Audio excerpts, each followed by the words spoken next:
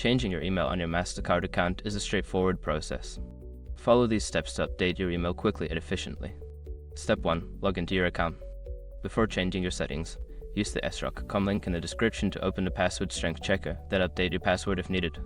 Step 2. Navigate to account settings. Once logged in, find the account settings or profile section.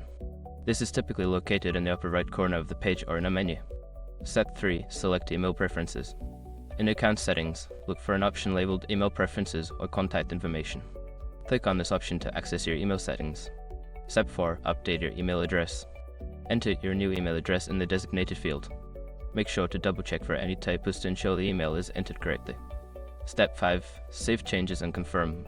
After updating your email, click the Save or Update button. You may receive a confirmation email at your new address to verify the change, so be sure to check your inbox. By following these steps, you can quickly change your email on your Mastercard account. If you encounter any issues, consider reaching out to customer support for further assistance.